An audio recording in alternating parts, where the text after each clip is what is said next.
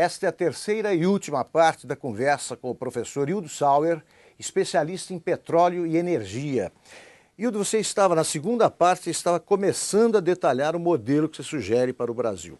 Fique à vontade. Para simplificar, a primeira questão fundamental é cubar o petróleo, saber onde está, quanto existe e quais os direitos sobre ele das concessões já dadas. 4 no governo Fernando Henrique Cardoso e 5 no governo Lula, que já detém 28% da extensão, parte significativa disso sob controle da Petrobras.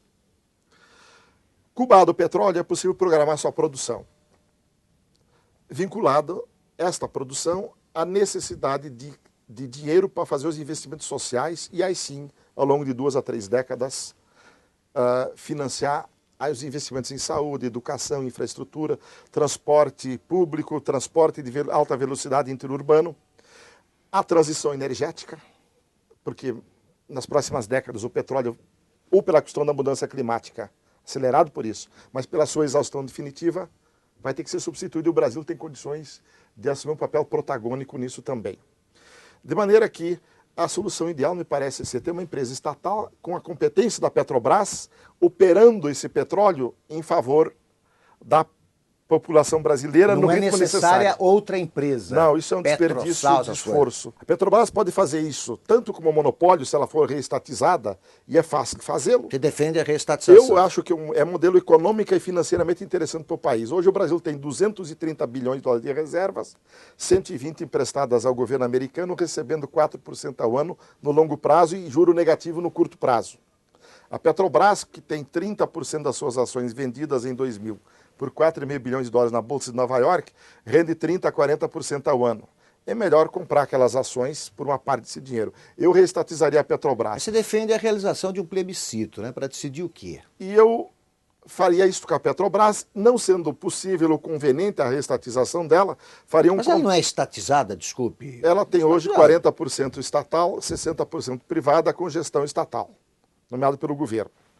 Então a dúvida é sobre o excedente econômico. Os lucros que a Petrobras distribui, na verdade, são uma fração muito pequena do valor que ela gera no petróleo, que, falando de royalties, participações e impostos, já vão para os governos nacional e locais em grande monta. Praticamente 70% do valor que a Petrobras gera já vai para os governos, mesmo no modelo atual.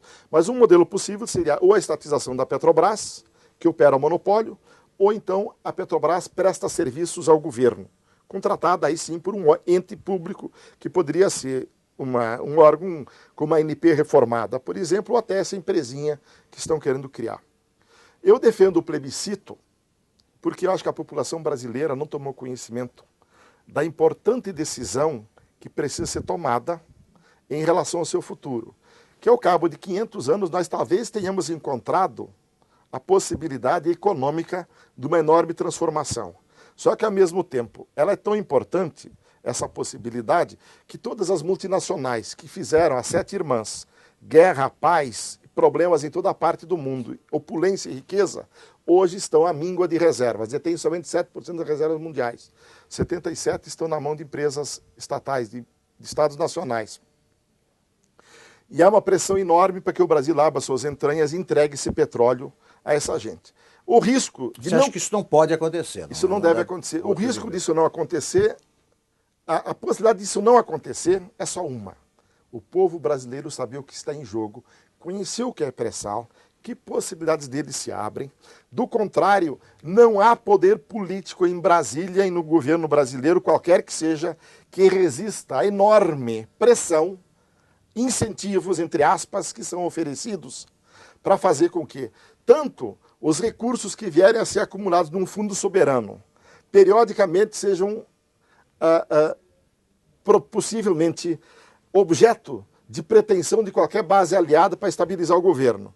Ou então que se dê acesso, no modelo autocrático, como está sendo proposto pelo governo, onde no limite poucas pessoas no entorno do palácio do presidente decidem quantas reservas vão ser leiloadas, e entregá-las, como aliás já foi feito. Nós temos um perfeito exemplo.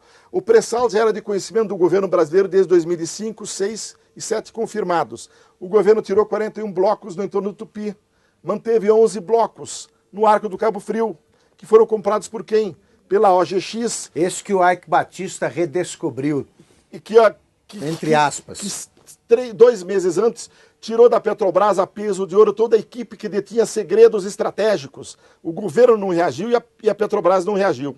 Pois bem, esse empresário contratou essa equipe no leilão. Batista. No leilão, ganhou os 11 blocos, começou a explorar e agora confirmou que foi anunciado agora que encontrou 1,5 bilhão de barris de petróleo, que tem um valor econômico superior a 20 bilhões. Hildo. E fez a IPO no começo de 2008, em cima exatamente de ter aqueles blocos. Claro. Vendeu metade da sua empresa por 15 bilhões, claro. amealhou 7 bom negócio. de dólares. Hildo, eu vou te fazer uma última pergunta que nós temos de encerrar.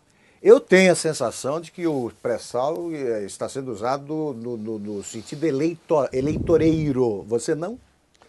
Eu, lamentavelmente, tenho a impressão de que o cronograma que foi montado, nós tendo descoberto o pré-sal, confirmado já desde 2006-2007, de repente o governo se fecha em copas por quase 2 anos, estuda um modelo, joga-o agora e impõe ao Congresso um prazo de decisão de 3 meses. Por isso eu defendo arduamente que o Congresso não delibere sobre isso, porque é muito complexo. É uma decisão das mais importantes da história do Congresso Nacional. E por isso eu proponho que se faça um plebiscito, para que o povo tenha condições de compreender o que está em jogo, para que isso possa ser debatido e depois se escolha modelo. Pode ser aquele que eu proponho, que é muito simples. Reestatiza a Petrobras, reinstala modelo, consolida quanto são as reservas, programa a produção, única e exclusivamente vinculada a financiar a mudança dos projetos prioritários nacionais, mantém o resto do petróleo debaixo da terra, porque lá ele está seguro e livre de qualquer tentativa de assalto de quem estiver no plantão de qualquer governo. Perfeito. Hildo, muito obrigado pelas informações, aí, pelas ideias. Tá? Nós voltaremos ainda a conversar várias vezes. Nós terminamos aqui a entrevista com o professor Hildo Sauer, especialista em petróleo e energia. Não deixe de eleger em veja.com o homem sem visão do mês.